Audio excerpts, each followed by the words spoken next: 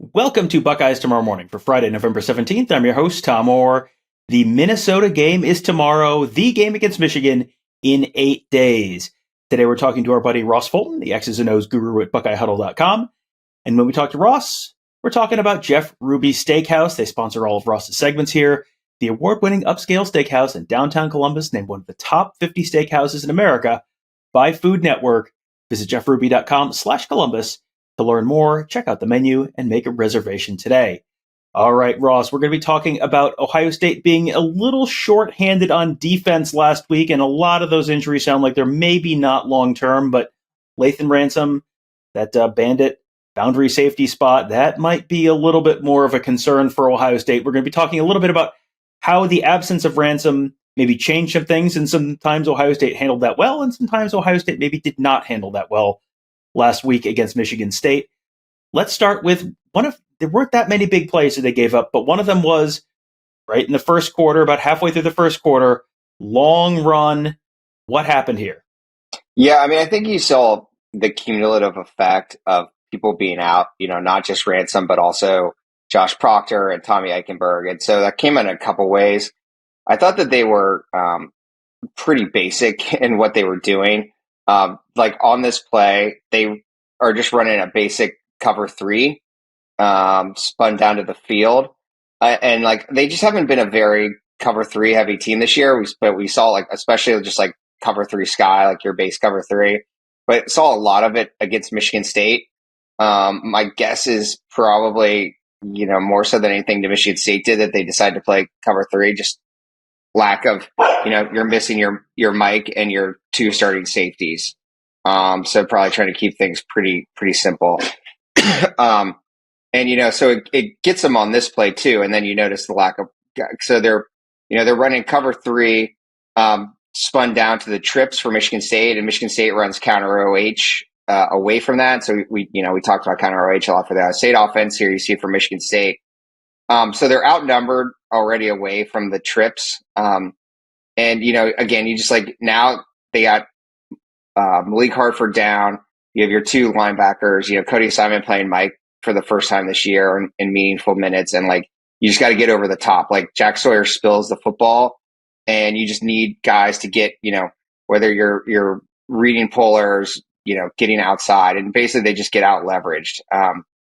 And so again, I do think we can talk about more Lathan Ransom, I think, as we've discussed previously, I think they could probably survive that. It's certainly not ideal. You would want him. Because but you can put Sonny Styles there, but once you also take away Eichenberg and Proctor, and you're down to starting, a true freshman, Blake Hartford at one safety spot, you start getting kind of limited in what you can do. Well, and I think the good news is that it does not sound like Eichenberg or Proctor are long-term concerns. Ryan Day, has a way of telling us probably not a long-term thing without saying probably not a long-term thing, and it seems like those are probably not long-term things. Ransom might be a little bit more of a concern, but they have had other guys picking up the slack, especially in the back end of that defense with some of the guys who are out. One of them is Jordan Hancock.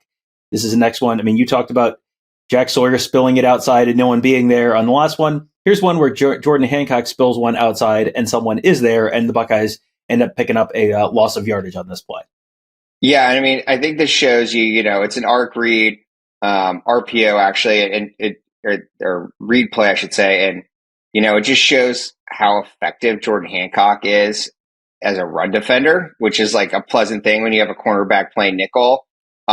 He's really aggressive. Yeah, he makes tackles, but he basically takes on the tight end, and spills the football outside. The defensive end crashes down, so the quarterback reads that and keeps it. But Hancock spills the tight end, and right to Denzel Burke for the tackle. But, Hancock, again, this goes back to the Ransom discussion.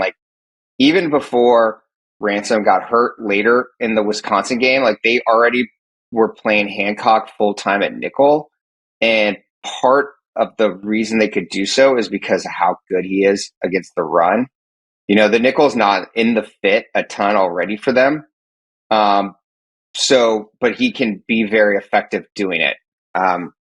You actually see Styles is probably more impactful at Ransom's boundary safety position than he was in nickel, because he's much more in the run fit, and Knowles can put him in the run fit easier from that position. And so again, this goes to like, I think, as much as it hurts with Ransom out, and like they haven't been super tested in the passing game, I should say, without him. So like that's sort of a question mark of like, how Styles and Proctor together are going to handle, like those are both big safeties. Like they're really good against the run and in the box. But you also need them people to play deep. But like, I think that for the most part, you just were like, people are like, well, what do you do with Styles when you want to play him at nickel? Like they already didn't really want to play him at nickel. At least like in their traditional nickel concepts, like they wanted to play Hancock there. And so I think, when Michigan goes super heavy, or even Minnesota, they'll probably, I would assume, still assuming Tommy Eichenberg is back. I definitely assume he'll be back for Michigan, but like, maybe they give him another week. They may go 3 linebackers when you get like this heavy extra offensive lineman sets. But short of that, I would expect a lot of Hancock. And then, there's ways, as we've discussed in previous weeks, and we'll show here, of, getting Styles or Proctor involved in the run game. Like, we've talked about in the past, like Ohio State's best run defense this year has been like a cover one where Proctor essentially functions as a Sam linebacker. Like we've shown that on the goal line and stuff like that. And so again, I think it's like, as long as they're comfortable with either of those guys being the deep safety, then there's still tools that Jim Knowles can use. Well, here's one where Sonny Styles was not the deep safety. He was in the backfield. And this is one where, he has, as you said, he has been getting into the run fit more when he's at that bandit spot. He definitely feels comfortable near the line of scrimmage. And, he feels like someone who can bring them a lot of different things from that bandit spot without Lathan Ransom in there. Yeah. And I mean, again, like these are places where he's really comfortable, right? And like we saw Lathan Ransom do this kind of stuff too, but like, they bring basically like a week, like delayed C gap, actually a run blitz, but Michigan State dropped back to pass. Like we saw this against Rutgers a lot too. And Styles makes the play. So, as of prior to the Michigan Penn State game, I would have said my concern was like, Michigan has kind of become more of a passing team this year. After that game, it's a little bit harder to say that, like when they're going 7 offensive linemen and running 25 times in a row. But, again, like when Roman Wilson is definitely Michigan's best receiver and biggest threat. And so it's, that's where Hancock will really come into play in the slot. But like to the extent that Michigan is going heavier personnel or multiple tight ends in the box, like both Styles and Proctor are very comfortable playing that essentially like as a Sam linebacker, as I said. So, that definitely gives them some tools against sort of heavier personnel packages. And as I said, like, Knowles loves this safety blitz as a change up to like always having his defensive end spill. Like we've shown the last couple of plays, like now they come wide and the safety takes that C gap instead. So he's doing that some with playing cover 4, or he's doing that some with bringing the safety blitz in cover 1. So, again, just giving offensives like everything else, like a change up as to what you expect. Well, you mentioned there Michigan throwing the ball a little more than they did last year. They threw the ball plenty against Ohio State last year, hit some very big plays, as I probably do not need to tell this audience.